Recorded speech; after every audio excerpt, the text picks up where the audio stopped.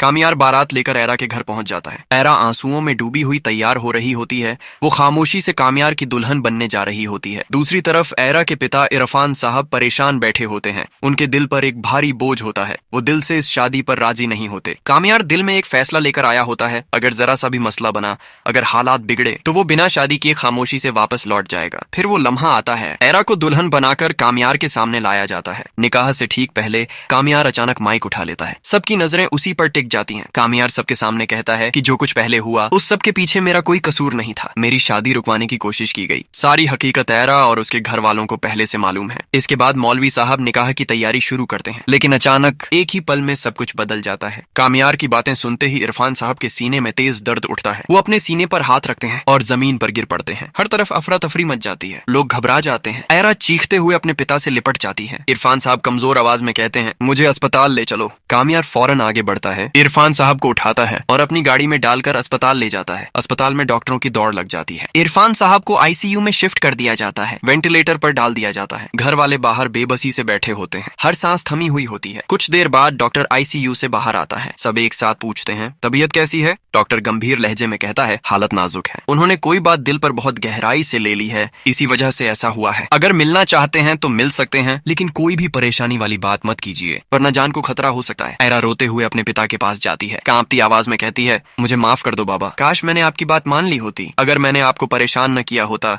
तो आज ये दिन न देखना पड़ता। इरफान साहब कमजोर हाथ से ऐरा का हाथ थाम लेते हैं। आंखों में नमी लिए कहते हैं, मेरी जिंदगी का कोई भरोसा नहीं, शायद ये मेरा आखिरी वक्त हो। तुम्हारी शादी कामियार से हो जाए, मुझे कोई एतराज नहीं। ये सुनकर अस्पताल में ही मौलवी साहब को बुलाया जाता है। वहीं आईसीयू के बाहर कामियार और ऐरा का निकाह पढ़ा दिया जाता है। एक शादी जो खुशियों के घर में नहीं बल्कि अस्पताल की दीवारों के बीच मुकम्मल होती है। निकाह पूरा होते ही इरफान साहब अपनी बेटी की तरफ देखते हैं। आंखों में नमी होती है लेकिन चेहरे पर सुकून। वो कमजोर मगर प्यार भरे लहजे में कहते हैं, तुम जा सकती हो बेटा, मेरी फिक्र मत करना, मैं भी ठीक होते ही घर आ जाऊंगा। अब तुम्हारी जिंदगी शुरू हो रही है। ऐरा की आंखों से आंसू बह निकलते हैं। वो अपने पिता का हाथ चूमती है और दिल ही दिल में उनके लिए दुआ करती है। कामियार आगे बढ़ता है, नरमी से ऐरा का हाथ थाम लेता है और वहीं से उसे अपने साथ ले जाता है। जब दोनों कामियार के घर पहुंचते हैं तो वहाँ एक अजीब सी खामोशी होती है। ऐसी खामोशी जिसमें बीते हुए हर दर्द की गूंज होती है। कामियार कुछ देर तक चुप रहता है, फिर ऐरा की तरफ देखकर भारी आवाज में कहता है, तुम्हें यहाँ तक लाने के लिए मैंने बहुत से दुख सहे हैं, बहुत सी तकलीफों से गुजरा हूँ, लेकिन आखिरकार मैंने तुम्हें हासिल कर लिया। वो एक पल रुकता है, फिर दिल की बात कह देता है, लेकिन जो कामियार पहले सिर्फ अपनी अना में जीता था वो अब नहीं आया, और सच्चाई ये है कि अब मेरी मोहब्बत पहले जैसी नहीं रही। ये बात ऐरा के दिल पर जोर से लगती है। उसकी आंखें भर आती हैं, लेकिन वो खुद को संभालती है। ऐरा धीमी आवाज में कहती है, लेकिन मैं तुमसे मोहब्बत करती हूँ कामियार, सच्ची मोहब्बत। चाहे तुम पर कोई कितना ही बड़ा इल्जाम क्यों न लगा दे, चाहे वो इल्जाम सच्चा ही क्यों न हो, मैं उस पर यकीन नहीं करूंगी। वो एक कदम आगे बढ़ती है, आंखों में भरोसा, दिल में उम्मीद। मुझे माफ कर दो, मैं चाहती हूँ कि अब हमारी जिंदगी खुशियों के साथ गुजरे। मैंने तुमसे सच्ची मोहब्बत की है और अब कोई चाहकर भी हमें एक दूसरे से अलग नहीं कर सकता। उसकी आवाज कांप जाती है, तुमने मुझे पाने के लिए